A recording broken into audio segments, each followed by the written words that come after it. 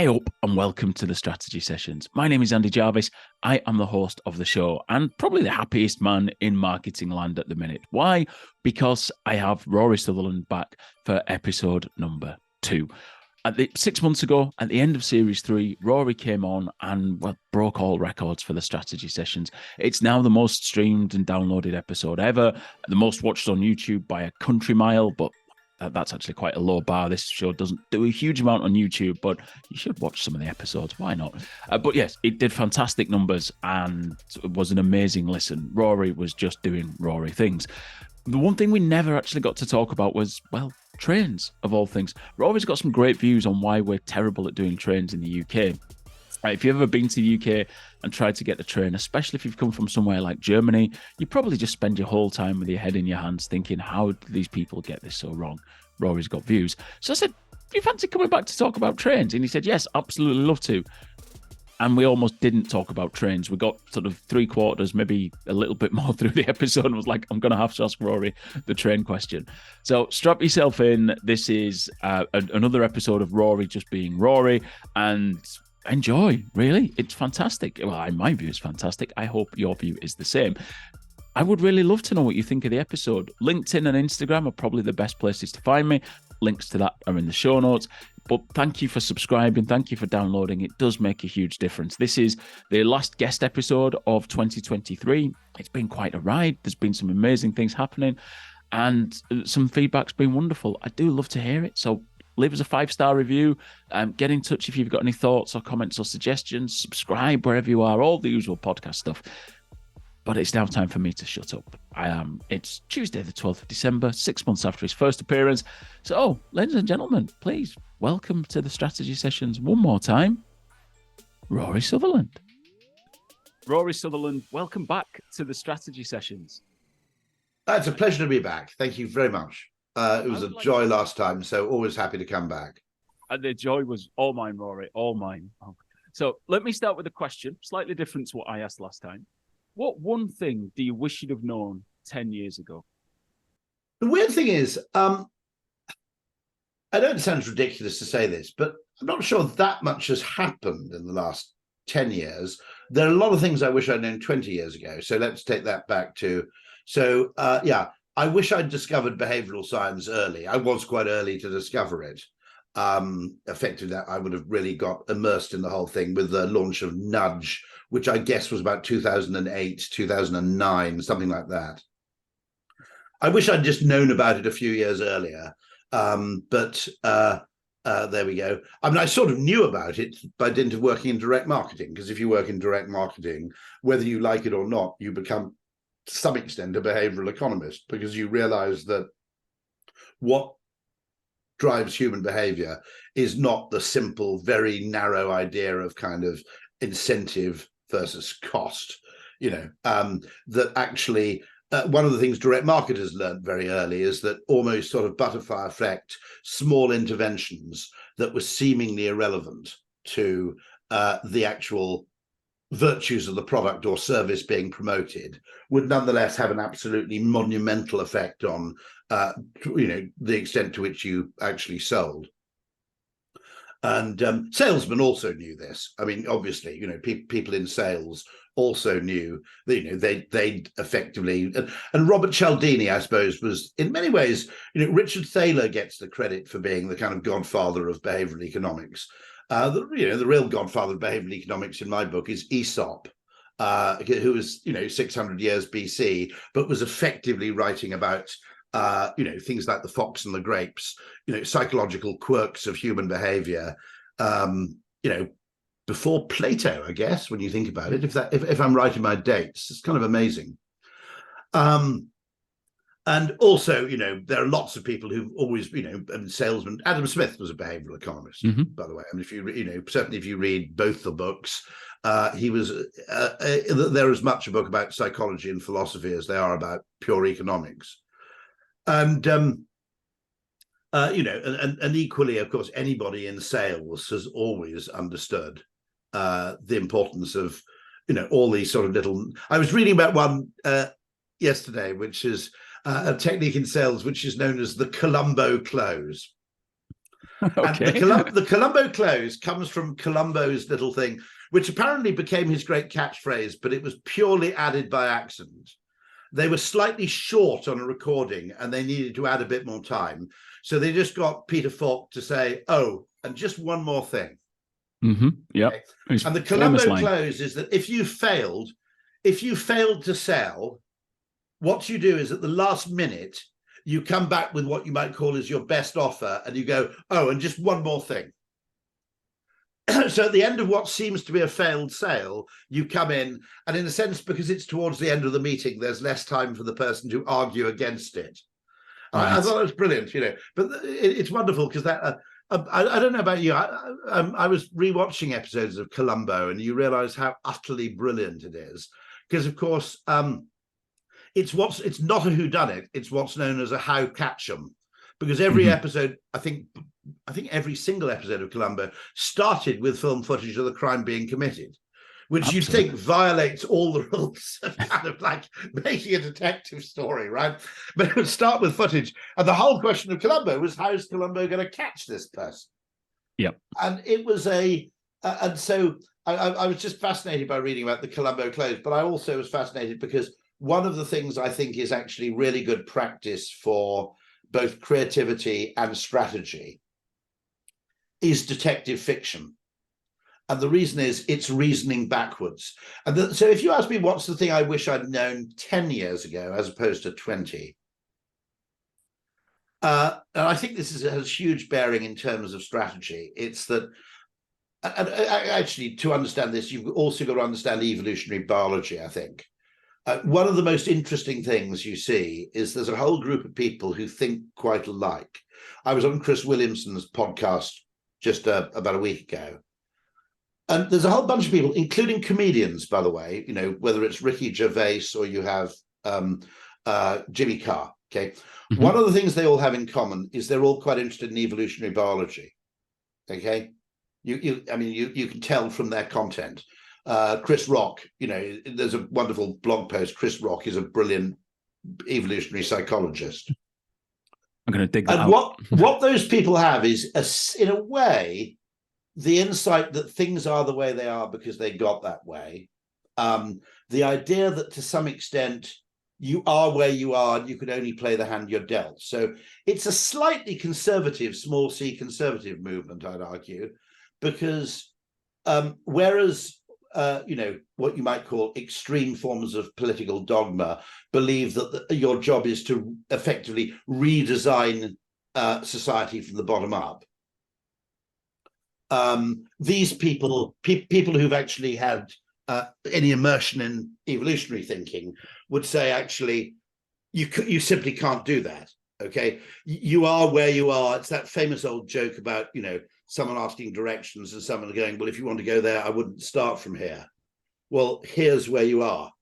Okay, there's nothing you can do about that. What you need is actually a philosophy not of how things should be, but a philosophy of how things can change.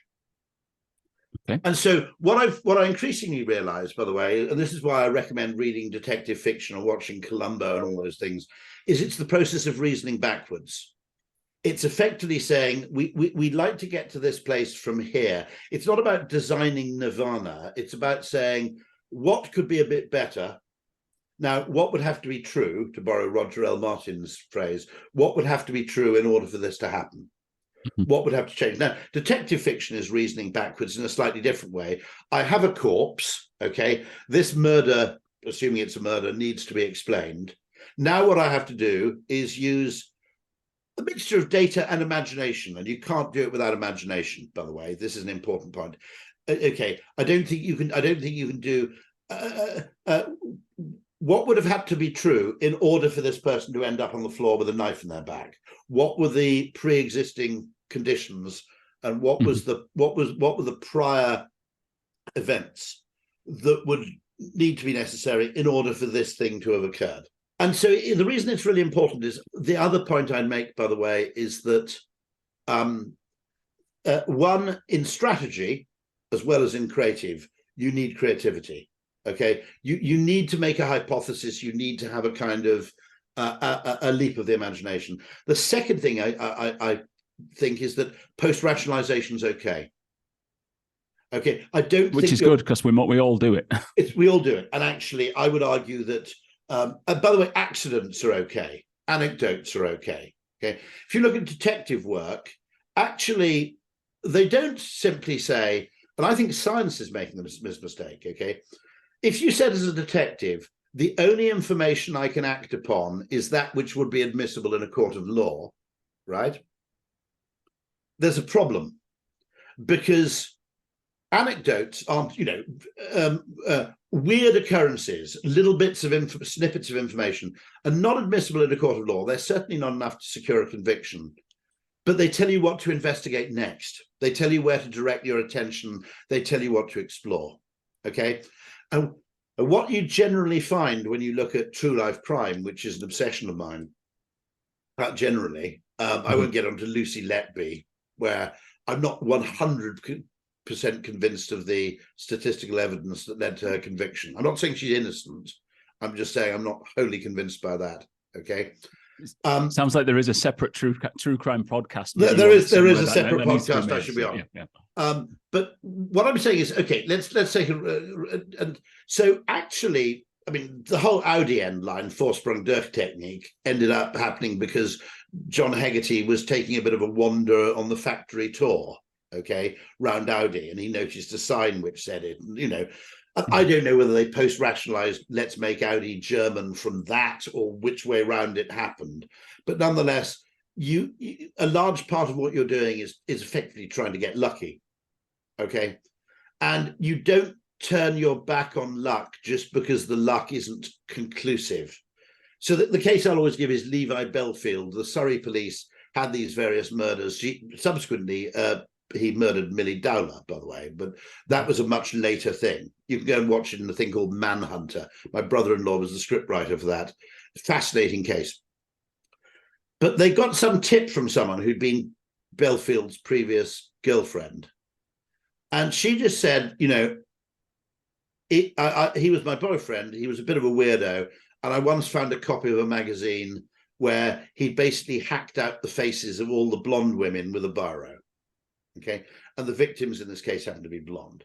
Okay. Now, that's not really evidential. You can't convict me and bang me up in jail for 30 years on the basis that I've defaced a copy of Grazia or whatever it was, right? But it's highly significant and it's worth investigating. That's all you can say, right? You'd be damn stupid to turn your back on that.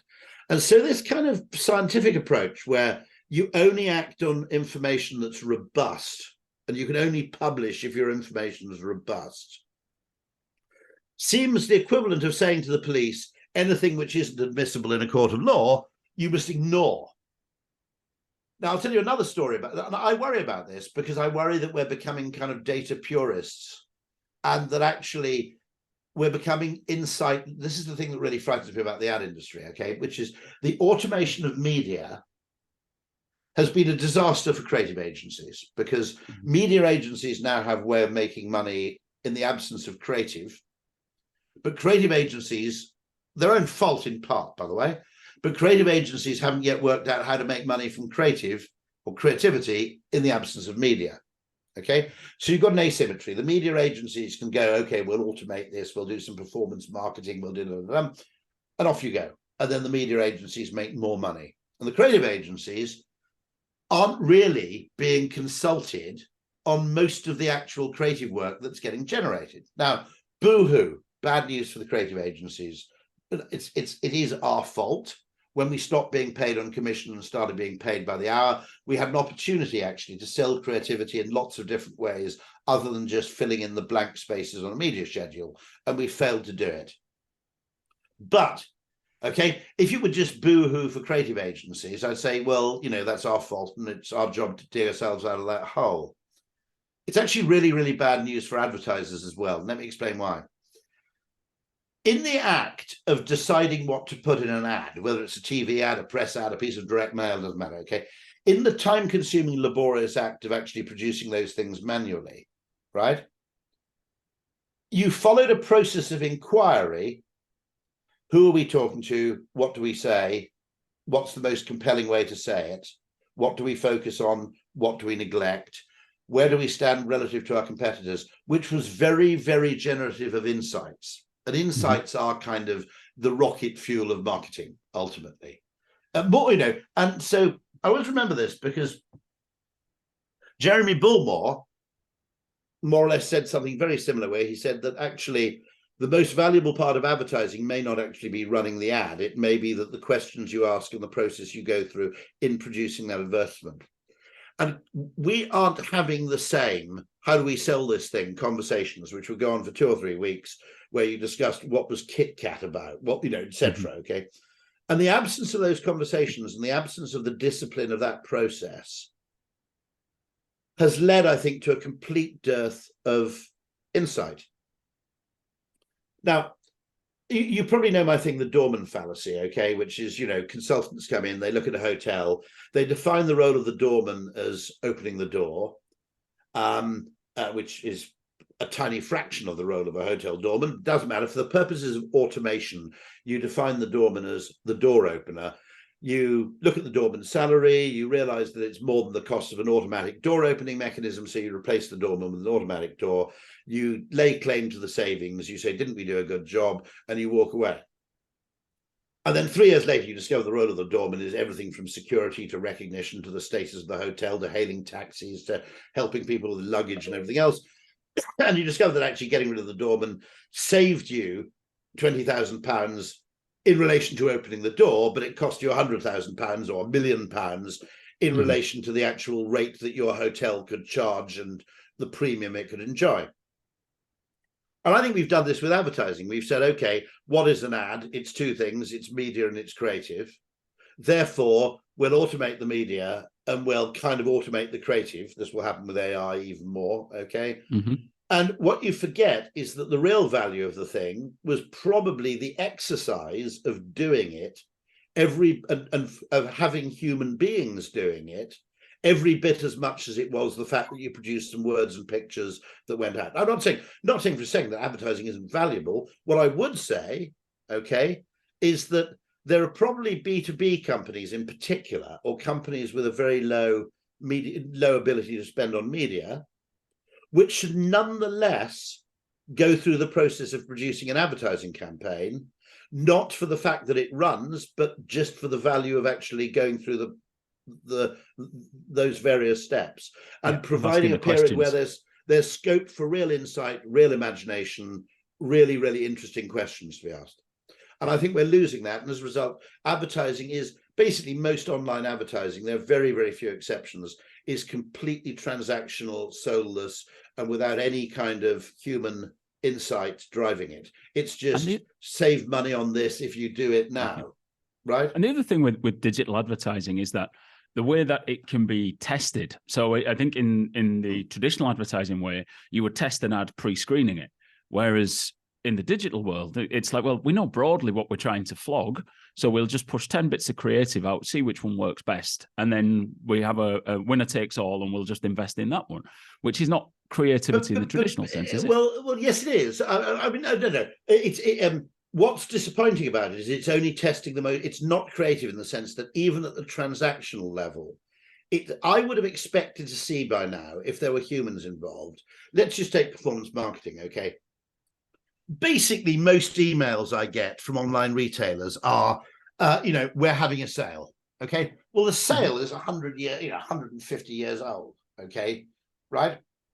Or save 30% on this, or spend £100 and get free shipping, or whatever it might be, okay? Now, if we were being creative about this, even if actually the ads weren't brilliantly creative in the kind of can-winning sense, you would have seen far more examples. For example, with KFC, we did a creative test digitally, and maximum 4 per customer. It was dollar chips in Australia, chips for $1. And the most motivating banner was maximum 4 per customer, which is known in behavioral science. If you create the impression of scarcity, if your offer has to be limited in quantity, okay, it basically creates an impetus. It increases the perceived value of the offer, and it creates kind of impetus. One effect of that is far more people bought 4, by the way. because they felt they wanted to max out on the offer. Now, that was the result of someone creatively thinking, what are 100 different ways we could say this, and finding out which one works best, which doesn't necessarily work for brand advertising, but it does undoubtedly work at the bottom of the funnel. And it's really important, by the way, the bottom of the funnel. This is why I'm a big devotee of Mark Ritson's bothism. Now, unfortunately, the mentality with which most people buy technology is cost saving or efficiency, not effectiveness. Okay, so most people buy technology with an efficiency mindset, not with an effectiveness mindset. What I think digital probably means is that many companies may have to spend more on marketing than they did in the mass media age, because they have to spend the money maintaining the brand values, which we did in mass media, and they have to spend more money on performance marketing so as to avoid not getting depositioned at the end of the funnel. I'd also argue, by the way, you should do the bottom of the funnel first, because there's no point in feeding things into the top unless you know that the journey down is relatively unconstricted. So I wouldn't argue with someone who said, let's get our conversion rate right first and do advertising second. Okay, I mean, there are interdependencies there and so on, and you might be optimizing for the wrong audience. There are caveats I've got to add there, but it's not a crazy way to proceed. But what's weird, okay, is we did a thing for Dishoom, okay. If you go to Dishoom, I think, and you pay before 6 p.m. Monday to Thursday, and you're a regular customer of Dishoom, you have a little dice or a key ring, and you throw a dice, and if you throw a 6, you get your meal for free. Now, that's a much more exciting alternative to 16% off. I haven't seen companies 16.66% off, okay? I haven't seen many companies, any companies online experimenting with that. Okay, this weekend, Black Friday, okay, is coming up. Tedious thing, along with Halloween, which are 2 American imports, along with a grey squirrel that we could really, frankly, do without. But never mind, it's too late for that. Okay, I mean, nobody in Britain even knows what Black Friday is. They just know it's some sort of makes sale. No sense to anybody. Makes no sense to. Why is it black? I don't even know that. By the way, I mean, no idea. I have no clue. Okay, but you would expect, okay, if people were really doing this properly, and I'm only talking about, transactional offers, you would have expected to see a kind of Cambrian explosion in really exciting offers. You could literally, but effectively it's sort of it's bog offs, 2 for 1s, it's discounts. Why is nobody experimenting with this weekend? If you buy X, 50% of the things in your trolley will be free, or whatever it might be. Okay. Or why is nobody experimenting with completely, I mean, not many retailers even do a version of Amazon Prime, which was one of the killer ideas, I think. It's a brilliant idea, which transforms the frequency with which people shop with you. One large UK retailer, I think I can probably name them. I heard anecdotally that one large UK retailer offered their own equivalent of Amazon Prime. It's not ASOS in this case, which does do something similar. They do have a version, yeah. There's another one. And their average number of purchases per customer went from 1 to 5 as a result of this mechanism. And so there isn't even, this is what's called, by the way, P&G call it this, and it's really valuable to know. Because I always thought as a direct marketer, there's much more scope, huge scope for innovation, not in what people pay, but in how they pay. Okay. And interestingly, I never knew what the name for this was. Now, P&G, I learned, had a guy, and they may still do, but they had a guy back in the 90s, I think, who was the head of commercial innovation.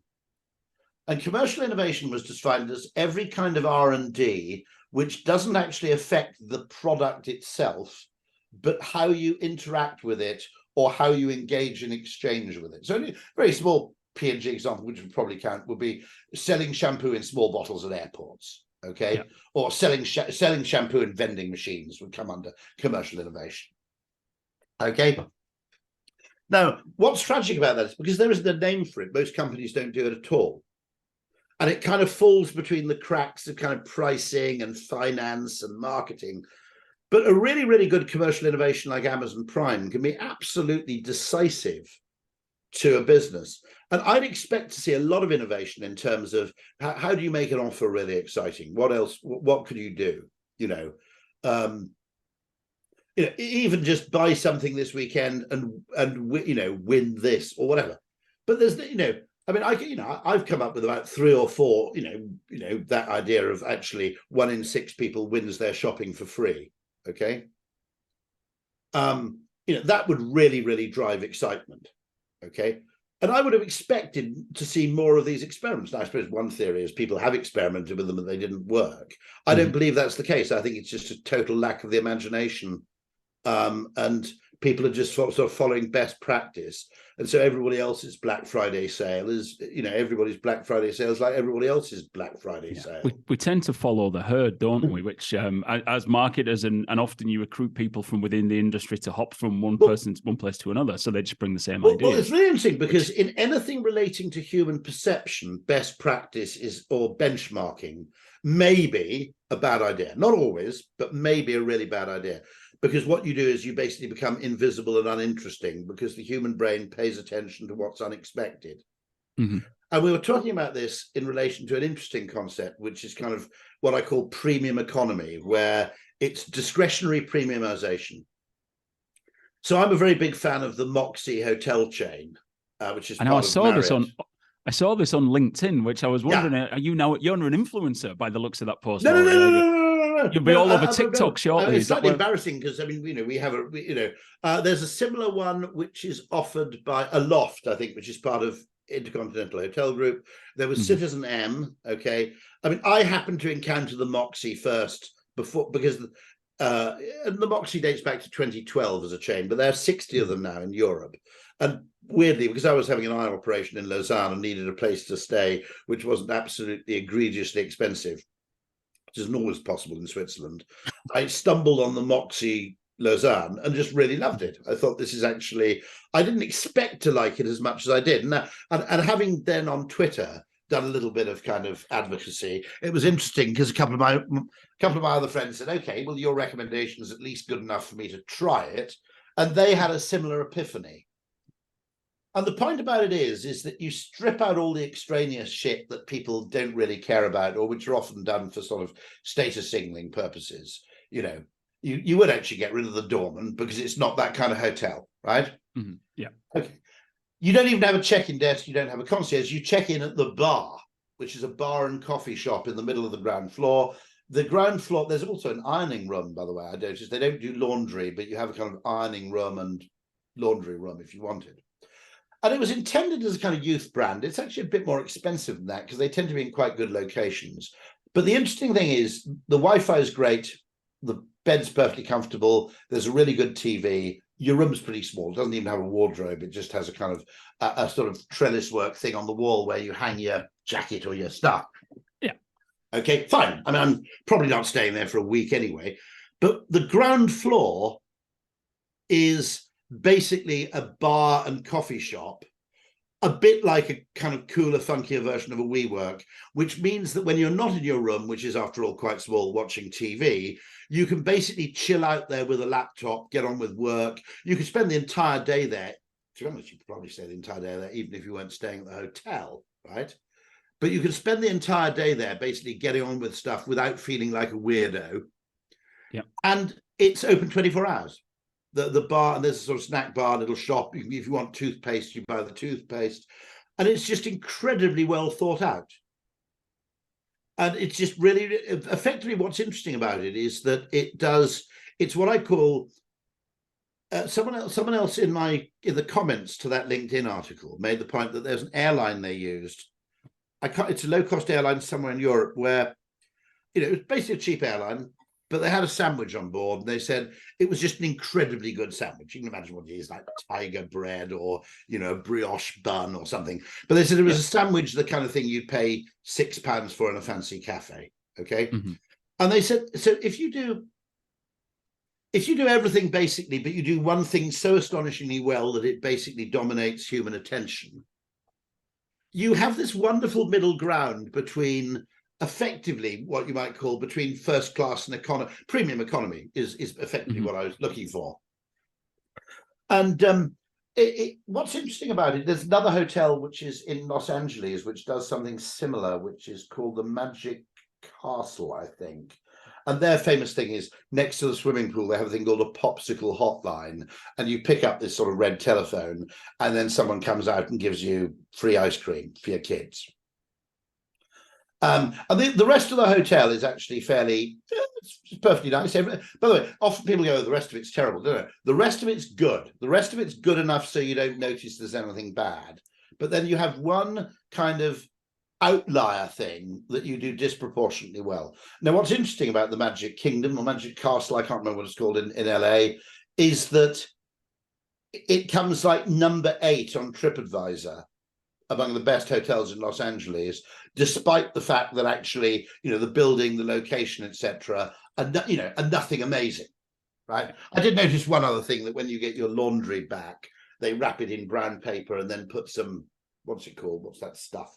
They then put a sprig of scented herb or something, probably rosemary or something like that, okay. On top of the laundry, which is just a nice touch, okay. It's just that extra thing you weren't expecting that you now notice, and so I think that it's interesting, because I think there's a big market opportunity there for people who are increasingly annoyed, because, as I wrote in The Spectator last week, you tend to have this problem that markets bifurcate or they polarize. And the reason is that although in theory we're making a trade-off between price and quality, an awful lot of purchases are either quality driven or they're price driven. You buy your car insurance as a distress purchase, you buy it on kind of price, okay. If you're buying a pair of sunglasses, you basically buy it on brand. And this creates this annoying thing where there's actually I always said, the problem with John Lewis, it's not their fault, it's their customers' fault. Because John Lewis is providing what customers say they want, which is good quality at reasonable prices. But then when you actually look at what customers do, they kind of want Prada or they want Primark, okay? Depending on everything, not only economic circumstances, by the way. And it's worth remembering that one person's, that what's luxury for one person is cheap for another, and so on and so forth. But by and large, you still get this kind of polarization. And market research, sorry, go on. And market research doesn't capture that, because people want to sound sensible, because they don't want to say, I'm going to pay anything for sunglasses that make me look cool and who gives a shit. And then, and equally, they're not going to want to look like cheapskates by just going, I'll buy whatever's cheapest. So market research doesn't really capture, I think, this polarization, because people are going, I want good value at reasonable prices. Yeah. No, you don't. I mean, it goes back as far as Henry Ford, but about asking people what they want. But that's not to say I don't believe in market research. I fundamentally do. It's just got to be done in a very oblique way. Yeah, it's how you design it. I believe in depth. I'm slightly skeptical about groups, because what you're capturing in a group is the way someone wants to appear to a bunch of strangers. Yeah. Now, I do love a focus group. No. I'm not saying don't do them. And there are loads of things. If you're behind the glass, you can read the body language. You can do all that sort of stuff. Okay. Yes. You can also look at the dynamics in the room, which can be really interesting. But there is a fundamental risk that, I mean, there was a lovely case. We were doing research on online book buying. Now, this would never come out in a group, right? But it did come out in depths, which is after we've been quizzing this guy who was quite a heavy book buyer. Okay. For, it was something like 45 minutes or something. Eventually, the effort of lying becomes too great. And this guy said, can I be absolutely honest with you? He said, I'm not massively into reading books, not as much as my book buying suggests. I've just found that if you've read a couple of Ian McEwan's, you can pull a better class. Okay. But no, the truth comes out eventually. Let's be absolutely candid. There is probably... there's an awful question to ask, which is how cultured would men be in the absence of women? Is a kind of terrifying question, isn't it? Because how much of our would we just be basically just watching Jason Statham films in our underpants? with a single chair in a room and a big TV and a fridge. Yeah, exactly. That's exactly it. Yeah, that is kind of it. And it's a bit like a Narcissus, Aristotle the Narcissus thing. Without women, all the money in the world would be valueless. Effectively understanding that there was a kind of, peacock purpose to a hell of a lot of wealth acquisition. How much that's true of cultural acquisition is a really interesting question. Would men actually be basically pretty crass without the civilizing influence of women actually exercising selection? There's probably the one thing I'm weird about, actually, the only thing I would say, my tastes are pretty demotic in lots of things. I'm totally unconcerned by going to fast food restaurants, etc., etc. I'm pretty easygoing and unpretentious about lots of things. Weirdly, I'm a bit of a cinema arsehole in that I basically stopped going to the cinema except for Oppenheimer for about 3 years because of this blaming comic book franchise bollocks. I'm a 57-year-old man. I don't want bloody comic gear. Also, I like my films to obey the laws of physics, which is why Oppenheimer's particularly good, I suppose. But I don't want things. Spider-Man might not be. I can cope with. I can cope with Game of Thrones because, being Welsh, obviously dragons are not actually mythical creatures. I could just cope with that level of weird. Okay, in Game of Thrones. Okay, it's like parallel universe stuff. But the superpower shit, I can't cope with at all. I just don't. I don't want that stuff at all. Can't do it. Well, I would love to dig into that, but the reason I invited you back was to talk about trains. And if I don't ask you the question now, we're going to run out of time. We got time. Trains. When I retire in a number of years' time, I'm going to pack my worldly goods into a carrier bag, put too many pens in my top pocket, and go and stand around train stations looking at trains. I think it's in my future somewhere along the lines. I do quite enjoy a conversation. By the way, a really interesting point, which is that we really, really like them. Okay, and that's not irrelevant. Okay, the reason I probably go to Amsterdam on the train, if I'm being honest, okay, is it doesn't. I lived quite close to Gatwick. I might claim it's environmental reasons, but to be honest, it's because I enjoy being on a train and I like everything about trains. Also, it's a change from flying. Yeah. But the fact that we like trains is not an irrelevant factor, in the same way that I'm a huge devotee, which is just about train related, of the Heathrow pod parking. Have you ever tried that? I have not, no. So it's a car park. It's called business pod parking. It's about a mile and a bit from Terminal 5, but you park your car there. There are then 2 pod bays where you go, press a button or press a screen. The pod opens its doors. You get in, typically alone or with your family. You don't share pods, except at moments of very high demand. And the little pod, you say, I want to go to Terminal 5. You could, if you want to, go to the other end of the car park, okay? But you typically say, I want to go to Terminal 5. And it then scuttles off and drives you there. And then the doors open, the Star Trek style, and deposit you at Terminal 5. Is this the same as the lift in Charlie and the Chocolate Factory, isn't it? It sounds exactly like that. Well, it goes where you want it to go. It goes horizontally. Yeah. So basically, the reason it doesn't go that fast. It's probably 30 miles an hour, but the distance doesn't really. You don't really care. Okay. It's on sometimes elevated tracks. It travels on unique tracks with little guide rails, but it actually the pods are self-propelling and with pneumatic tires, and they just go woo. And you said that, okay, this is very embarrassing, but I had a colleague who's more serious-minded than me, and he was 60 years old, and he admitted to me that every now and then he'd turn up for the Heathrow pod parking, and they'd say, I'm terribly sorry, sir, but even though you booked, the pod parking is actually completely full, so we've upgraded you at no extra charge to the short stay. Now that's like a £40 more expensive parking option for free. And his reaction was not, oh, that's great, thank you very much. He said, my reaction was, but I wanted to ride on the pod. Okay. And actually, one really important factor about that is the joyousness of a mode of travel in terms of the extent to which it uplifts you. And the pods are very, very uplifting as a mode of travel. Because you're on your own, because you've got off a plane, particularly in arrivals, right? You've got off a plane, you've been through airports, you're kind of sick of being with other people. And so getting into your own little pod and just sitting there is the thing. And they're clever, because if the battery gets low, they scuttle off. I think there's a kind of predictive algorithm. So in the morning, there are more pods waiting at the car park. And in the evening, when people fly in, there might be more pods. I mean, actually, in the morning, it's complicated because there are people arriving from long haul flights. But generally, I think, they've got a sort of learning predictability algorithm. about it. There's a predictive element to where they sit, and they go and charge themselves if the battery gets a bit low, and they kind of queue up in a cute way. So, you might have two pods in a kind of holding bay. So as soon as the person in front of you goes off in their pod, a little pod will kind of scuttle around the corner and come and pick you up.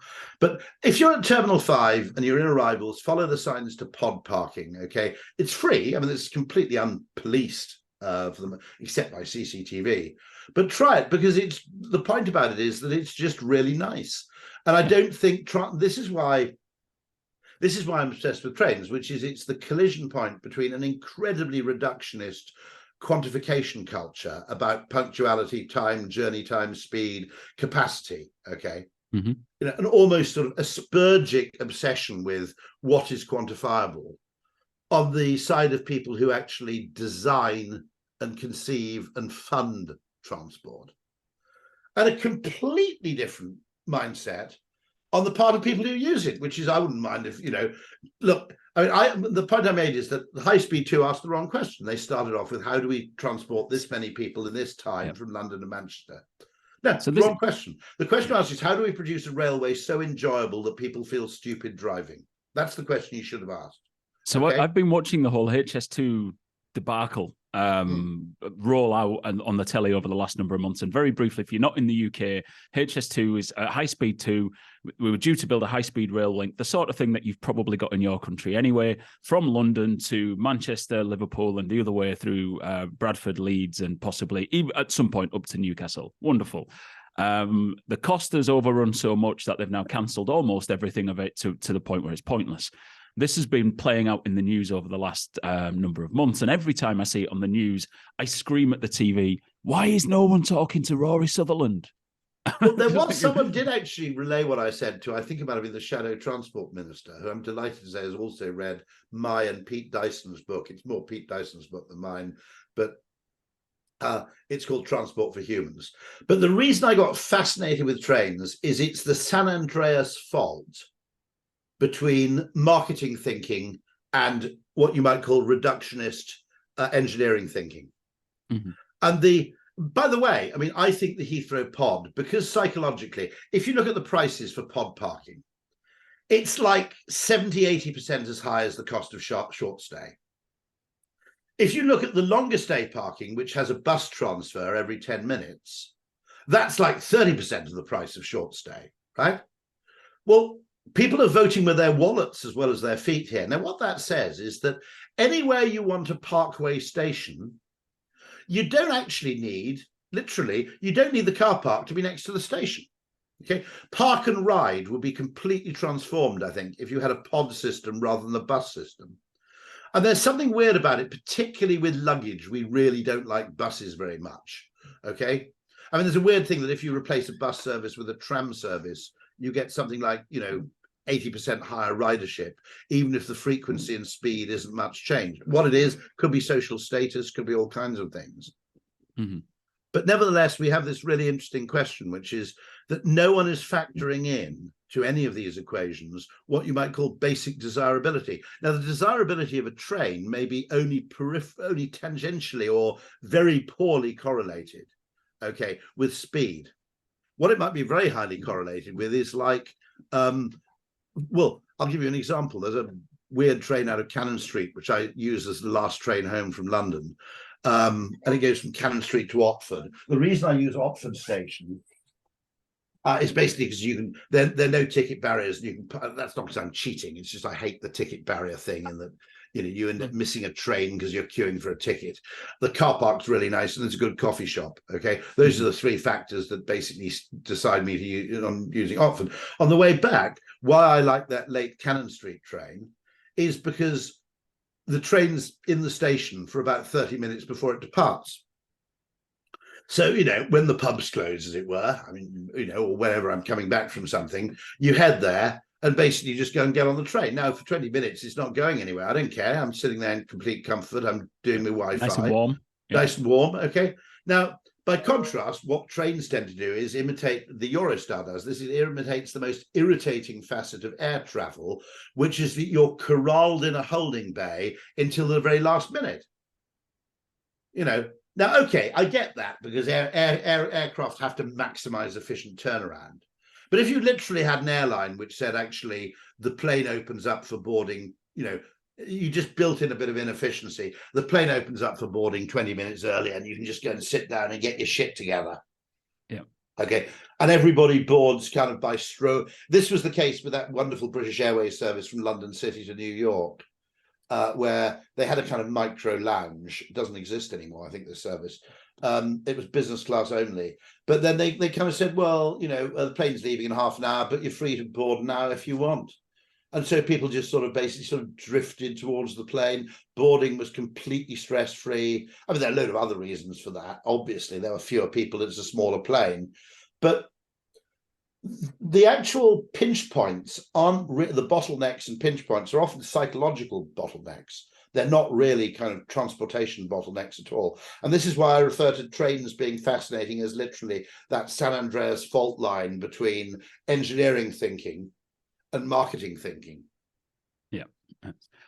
Now, we're coming towards the end, and if you've listened to both episodes with Rory on this podcast, what you've probably taken away from this is that you come at problems in a slightly different direction to most people, whether, against the engineering mindset, as it were.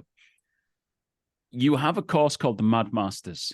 Is this the place to go to learn more about how to tackle problems in this way? So tell us about that, and about it. Is the time to talk about your new book? Are you allowed to talk about your new book? I'll talk about this. Yeah. What I want my new book to be about, although it will take a different shape, because just as actually, the process of your strategy formulation should be recursive and iterative. It shouldn't be top down. In fact, probably one of the, there's a wonderful book called Bottom Up Marketing by Rees and Trout, I think it is, where they argue that you take a tactic and you elevate it into a strategy. Okay, you might argue the Moxie Hotel's kind of doing this. We take this one tactic and we actually then amplify it. Rees and Trout, by the way, positioning the battle for your mind, and bottom-up marketing were two of the kind of epiphany moments in my marketing journey. But as I said, the thing I wish I'd known 10 years ago is actually do things backwards, genuinely. And doing things backwards means you start with the consumer and you work up to the bloody business. And what most businesses do is they're optimized for reporting upwards to aggregation, data aggregation, to report to shareholders. Mm-hmm. And what the consequence of this is, it's created a kind of Soviet-style capitalism, which is all about top-down planning rather than bottom-up strategy. And I think it's because as you know, I'm a huge Ritson fan, and one of Ritson's great phrases, which I borrow and use all the time, is the average is the enemy of the marketer. But when you're taking data and you're aggregating it for the purpose of averaging, what you're doing is destroying the very information, the anomalies, the outliers, the exceptions, the counterintuitive things, the Simpsons paradoxes, all of those things. I won't go into that because that's another podcast, Simpsons paradox.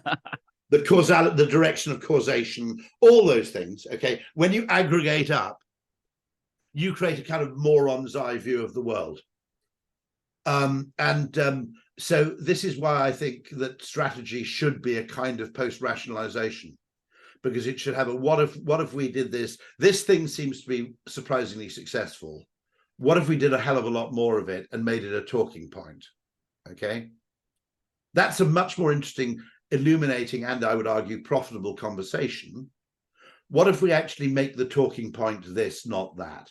Okay, what if we price something like this, not that? What if we do this, not that? And you can test it. You can look at existing data. You can ask for data, because the data that's most readily available is probably not the most useful data. Okay, you've got to do your police inquiry thing, where you kind of listen to a word on the street and you look for, anomalies.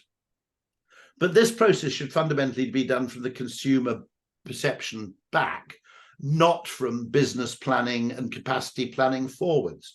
And yet, because of the complete decline in influence of marketing, we're the only people. Shortly before he died, Peter Drucker was more or less wheeled onto stage. He died in his 90s, so he must have been amazingly old. And they said, what's the one thing you'd like to say? And he said, do not hand the keys of your business to finance, because they only look at the past, they're not looking at the future. And that was sort of Drucker's last, not his last words, but his last recorded words. And that's absolutely right. We've handed the keys effectively to finance and planning and given them over to people with an efficiency mindset, not to people who are focused on effectiveness and meaning. And we don't actually have a phrase, by the way, emotional efficiency, but we should have a phrase, emotional. I kind of did it as a Google whack where you search for it as in inverted commas. And there are hardly any cases of anybody using the phrase emotional efficiency. But emotional efficiency is basically obtaining the greatest perceived advantage or differentiation through the least expensive or costly possible means. It strikes me as an absolutely obvious thing to pursue. And on trains, for example, making a train faster if it's already going at 140 miles an hour to Manchester is unbelievably difficult. It's even exponentially difficult because the faster the train's already going, saving 10 minutes becomes harder and harder and harder. You've got to go disproportionately faster to save 10 minutes on a 150-mile journey. Okay, or whatever it is, 200-mile journey. But emotional efficiency, if you actually had fantastic coffee and a brilliant bacon sandwich on board, or you did, you just did one thing amazingly well. Wi-Fi, that's all anybody wants. Well, funnily enough, you can do that because I met a guy who worked for a company where they did a test where they basically had perfect Wi-Fi on a train.